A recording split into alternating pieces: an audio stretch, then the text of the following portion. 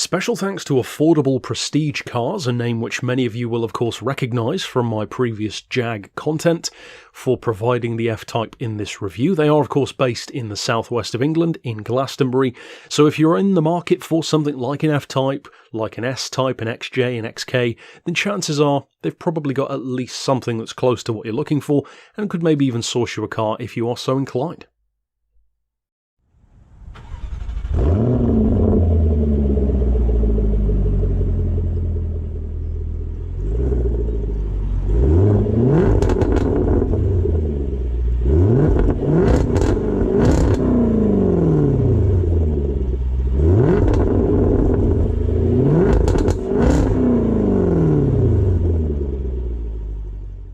For the vast majority of my returning subscribers who are checking out this review, I would wager good money that you've probably watched a Jag review from me before.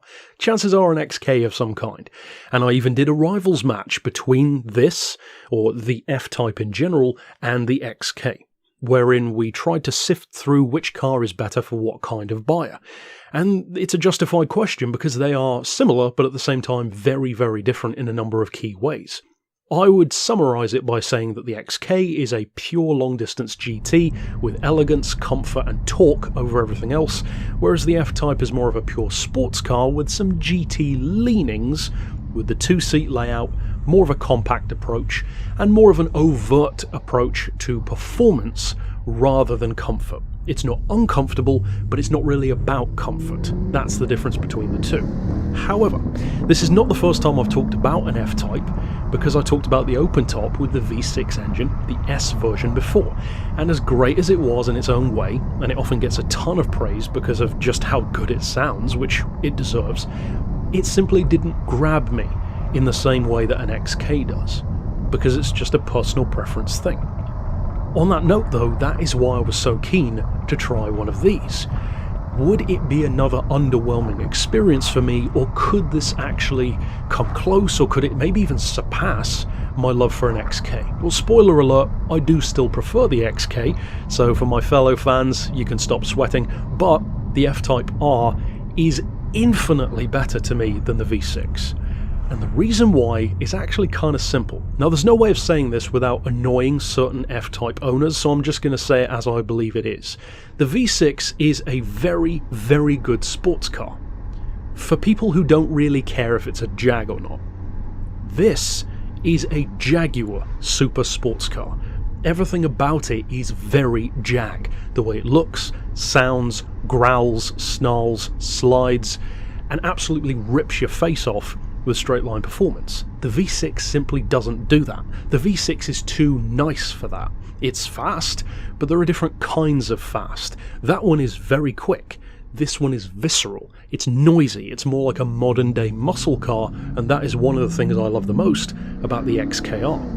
For this particular review though, I actually looked up some figures which I don't think I've referenced before. I might have, I've done so many Jag videos I could have forgotten it at this point, but I actually wanted once and for all to look up the actual size difference between an F-Type like this one and an XK, because I wanted to see if what I felt driving the car was accurate or not. And it actually turns out it's bang on, because I've always felt that the F-Type feels significantly shorter, but also kind of wider and chunkier and more squat almost than an XK. Well, that's spot on, because that's exactly how they compare. Interestingly, the XK though is actually taller, which surprised me. It looks sleeker because of its length, but it is the taller of the two cars.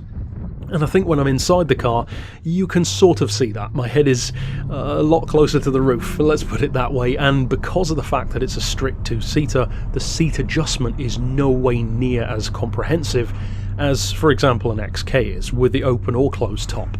I never wanted for space in an XK. In an F-Type, the limitations of headroom and legroom are much more apparent. So a super tall driver, someone who's way beyond me, like a 6'6", 6'7", well, I'm sure you could fit in it, and I'm sure there are people who will comment saying that they are that tall, but it's not as easy to fit in it as it is with an XKR. In terms of the length, that's the biggest difference. In fact, the XK is a full 13 inches longer than an F-Type. Curiously though, most of that is overhang. the amount that the front and rear end hangs out over the wheels is what makes up most of that difference. The wheelbase difference is not quite as crazy. 13 inches longer overall is actually only 4.8 inches longer on wheelbase. So that is a hell of a lot of overhang on the XKR. And curiously, when I looked up the width difference between these two platforms, it's exactly what I said it felt like. The F-Type is indeed wider, 1.2 inches wider overall than the XK. So it's interesting how they kind of trade blows back and forth in terms of length and width. But why am I bringing up all of these numbers? Well, actually, because they make a huge difference to how the car feels. It's not just about practicality or space, because chances are if you're looking at buying an F-Type at all, you're probably already aware you're going to be taking a hit on practicality, because the boot is so much smaller, you've only got 2 seats, and it's pretty apparently a physically smaller car. At least it looks that way, and that is correct. It's more about the driving feel, which is the reason why I'm bringing this up though. See, the added length and the slightly narrower track of the XK gives it more of a, what I would call swooping kind of handling. It loves long, curving corners, and it's more of that pure Grand Tourer vibe. It feels super precise until you drive an F-Type. An F-Type feels like it's just so much more focused than an XK. You take the best, most powerful XK around, and it still can barely feel as focused as this. An R, which is not even the top of the tree. The SVR is even faster still. Now, I'm not saying this to belittle the XK. Of course, I still love it, and as I said, I still prefer the XK overall. But to me, it's that handling feel which, above all else, will decide which one you prefer over time. If you plan to own these and use them every day, I could see someone finding, for example, an F-Type R like this one, maybe too taxing. It feels like a car that's just about comfortable and sedate enough to drive, but it always wants to play. The front end is lighter than an F-Type. That significantly shorter length makes it so much sharper and more responsive through corners, but the fact that it has all-wheel drive, that's in this particular form of course, some do, some don't, depending on the model, well, it just gives it a completely different personality. So what's it like to drive on its own? Well, the grip is great, but it also has just a slight hint of Audi R8 to it. And one of the things that I mentioned in my review for that car is that I felt that the front end was lighter than I liked. And I said at the time, I'm fully aware that I'm in the minority, because plenty of people find the R8 to be a fantastic handling car. Now to me, this reminded me of that. It's not as bad because it's front engine, so it's more predictable, but the front end had a little bit more lightness to it, which when you're pushing it really hard is great because it makes it super precise. Actually kind of reminds me of a Maserati Quattroporte in that way, which has a fantastic front end through corners, but the disadvantage is it could sometimes be a little bit too precise and playful for daily calm use. To me, that once again highlights the difference between the V6 and the V8. The V6, put simply, is a car that I think you should buy if you want a really nice sports car, but don't particularly care if it's a Jag. This is a super GT car, or a super sports car more accurately, for people who want a Jaguar super sports car specifically. Personally, the biggest advantage that this has over an XK, in my opinion, is the all-wheel drive. Some people reel at the thought of all-wheel drive because, oh, you can't drift, it does too much of the work for you.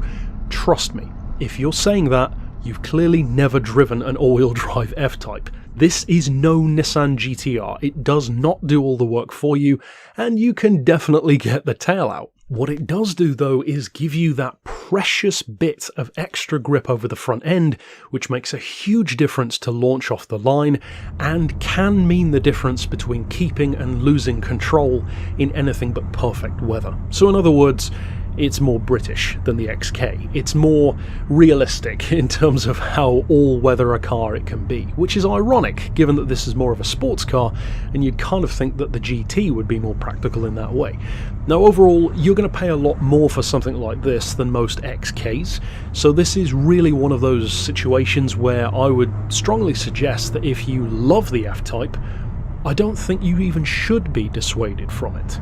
I prefer the XK, many of you who follow my reviews prefer the XK, and there are plenty of reasons to do so.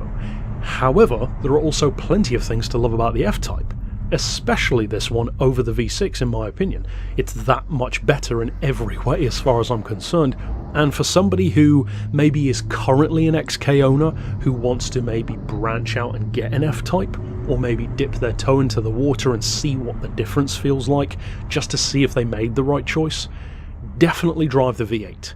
The R version in this form is so much more familiar to an XK owner, but at the same time it does a fantastic job of standing on its own 2 feet.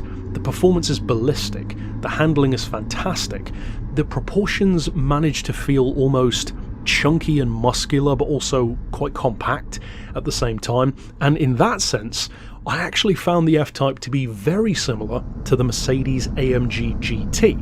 And if you're curious about that car, I did a review way back for one of those as well, the GTS in particular. They're cars which are quite big, but then they're kind of not big at the same time. They look larger than their actual dimensions are, but then when you're sitting in it, it feels big and chunky, almost like a supercar. It's almost this weird TARDIS situation, or a reverse TARDIS of some kind, but it's a fantastic place to be. It's a lovely car in terms of how much effort they put into it. It doesn't have the classic vibe of an XK, but it feels much more like a new money Jag. This feels like a step into a new era. And as much as many of us would have loved to have stayed a little bit longer in the old era, I don't think this is by any stretch a bad choice by Jaguar. And for all of that extra performance and all-wheel drive grip and just sheer snarling spec sheet, which this one has, you don't really even have to sacrifice that much in terms of using it every day. I already mentioned, of course, you're going to lose some space, but fuel economy, for example, not that much different to an XKR. In fact, it's a little bit better. The average is around 25 to the gallon in some cases. Now, chances are you're probably not going to be running that, because if you've got a 186 mile an hour Jag, you're probably going to be pushing it pretty hard, but it can at least do that if you need it to. Ultimately, I think it's a great example of what Jaguar can do with a new approach, but in a very similar way to how people feel about the newest, or currently the last, XJ forms, compared to the traditional old man's Jag, XJ. There are a lot of people who don't like that new money feel. I think that is exactly the case here as well. Jaguar pivoted hard from the XK into this. They did it unapologetically. They didn't even try to make up for it in any kind of way by making, oh, here's a 2+2 version, here's a version that's more like an XK. They didn't do that. They stuck to their guns, they made it what it is, and they made it faster and faster and better and better. That's the key thing. To me, that is the key reason, in fact, why this V8 is so much better than the V6. It takes what is nice and good and pleasant about the V6 version, and it dials it up to 11, which is exactly where it feels like it should be. This car needs as much performance as it can get, whereas with an XK, I don't feel that way. Take, for example, the one that I bought. I chose the 4.2 quite deliberately over the 5 litre, because even though it was far slower, far less powerful, I just liked the driving experience more. With the F-Type, this is much more what I would call like a Clarkson style car. More power, more speed, and it feels better for it. That is a testament to just how different the two platforms are, in my opinion. So if you get the chance to drive one, absolutely do so. And overall, I would say it's certainly a positive review in my book. I like this one a lot more than my first F-Type experience, and I'm glad to say that it's kind of turned me around a little bit on liking the F-Type. I still don't love it, but I like it a hell of a lot more than I did before. Ultimately, that's it for my thoughts. Tell me yours down below if you're an owner of a version of the F-Type, if you used to have one, even just your thoughts between the XK and the F-Type. Drop all of those down below. Of course, if you are curious about more Jag content, there's plenty of that here on the channel as well. And for now, as always, thanks for watching.